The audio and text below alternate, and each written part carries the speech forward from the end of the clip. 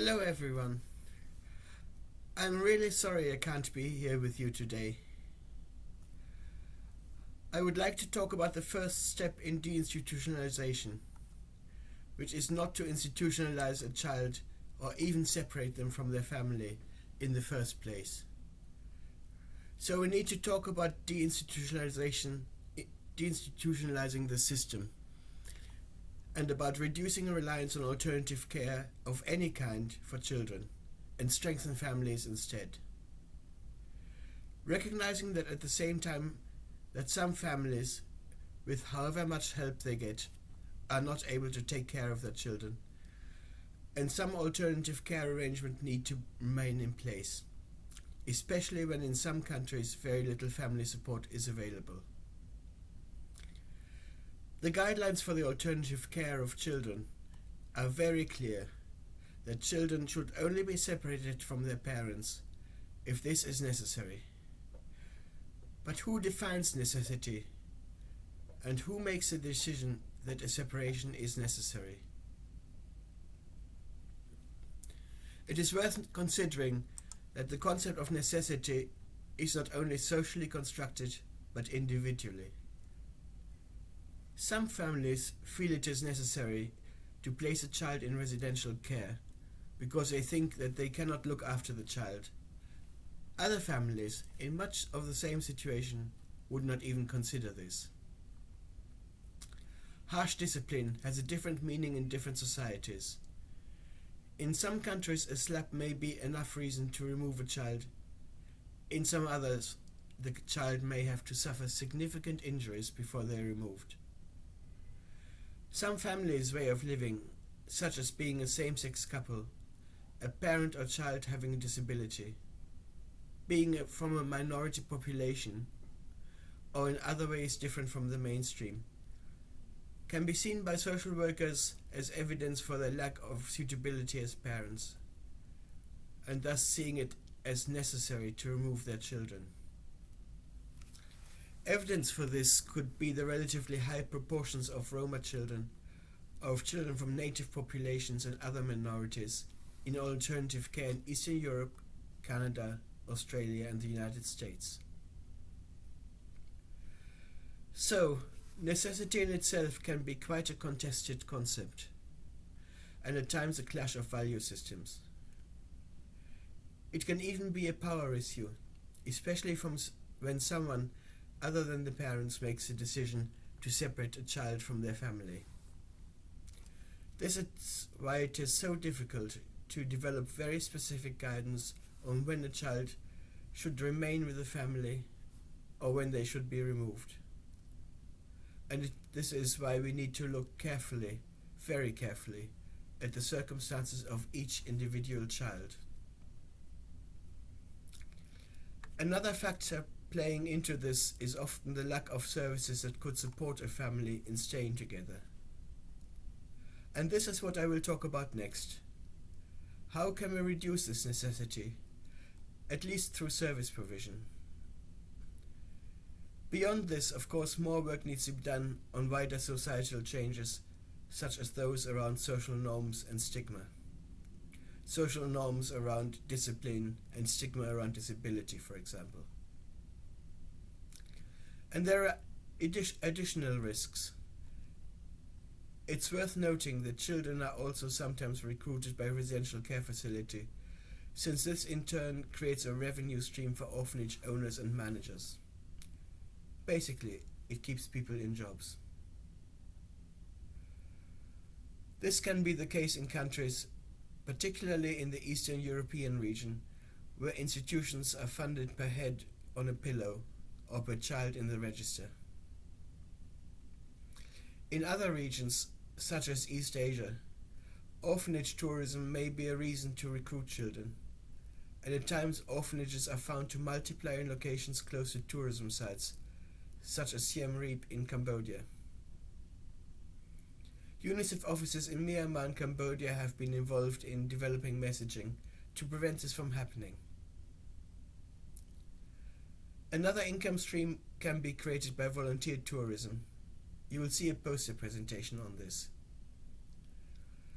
An Austrian author Daniel Rösler, has written a book on his experiences in Ghana, where he describes situations in which a group of children were together in what he was told was an orphanage and being photographed. And then he realized that the children did not seem to know each other very well. The photo was made in order to attract potential volunteers. So at that time, this was not actually an orphanage. But 2 years later, it was fully functioning, and some parents complained that they had not really wanted to place their children in it. UNICEF has produced a number of studies and an evaluation of its work on cash transfer programs. In 2015, these included the global evaluation of cash transfers as a social intervention, and a study on family and parenting support, policy and provision in a global context by UNICEF's Office of Research. Family support means the provision of cash or services to families, whereas parenting support focuses more on imparting skills and information on health-related and education interventions for parents of usually young children. This report, however, does not describe any results relating to family separation, although it does describe some interesting projects. In 2013, UNICEF's Office of Research also produced a study assessing evaluated cash transfer programs for their potential to improve a range of child protection outcomes.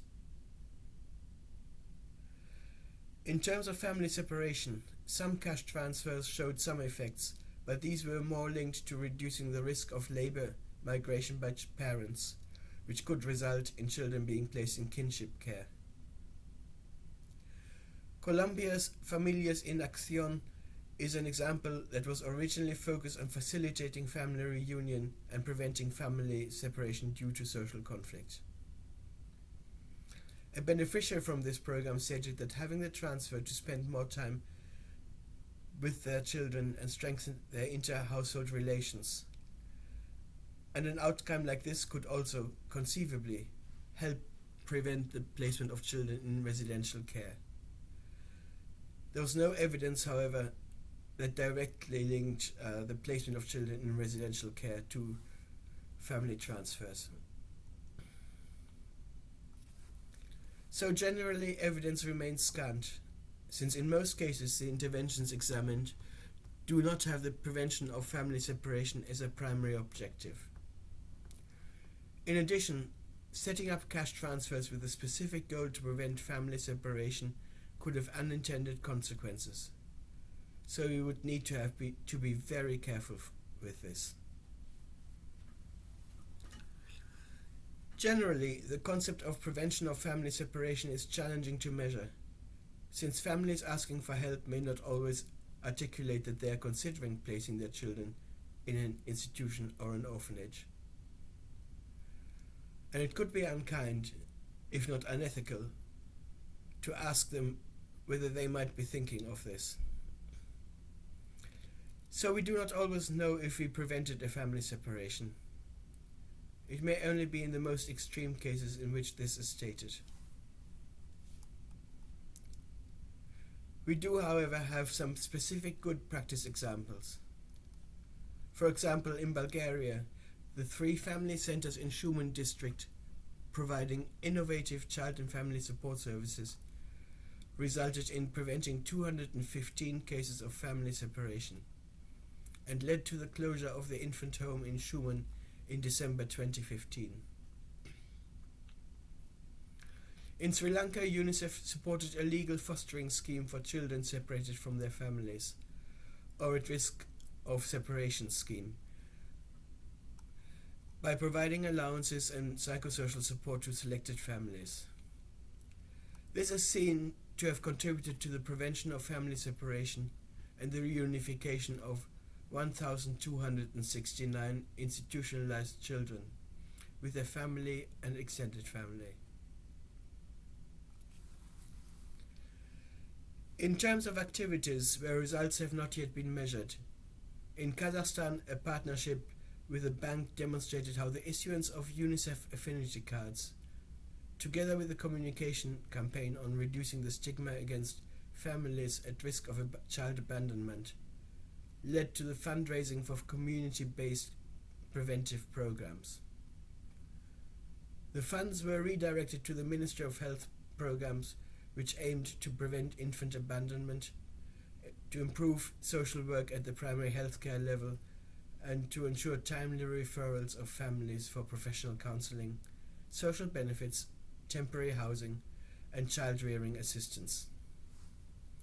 Similar cross-sectoral work with the health sector has also taken place in Montenegro, illustrating that the prevention of child abandonment is a responsibility of many sectors, with the health sector in particular being a key partner.